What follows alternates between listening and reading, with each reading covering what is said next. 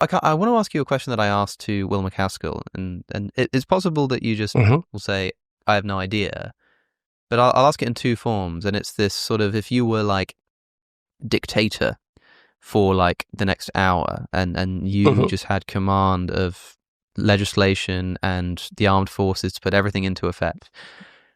Suppose in one version of this, you become like the supreme dictator of the United States of America, and in Hmm. the second, you become like the supreme dictator like of the world. Yeah. In either Hmm. case, what would be the first policy you put in place?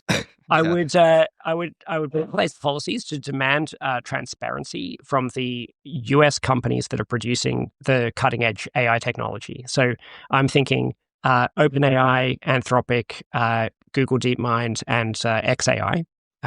So it wouldn't need to be transparency into the startups in this space, but just into the biggest and most leading edge companies, so that they have to explain what their new models that they're training are doing, and so on, and that they have to be open to inspections in order to find out what's going on with these things.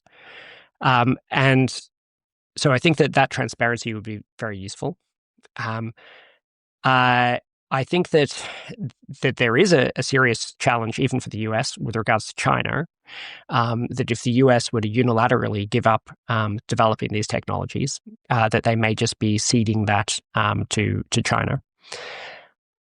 But I think that there's been very little attempt to actually just reach a deal with China on this.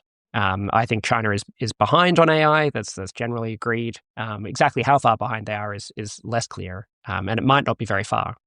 But if China is behind, and there is this possibility that whoever gets to super intelligent AI first has some kind of extreme advantage over the other party, then I think that it's in their interests to have a deal that no one gets there, or at least no one gets there soon until there's some kind of agreement as to how to do it.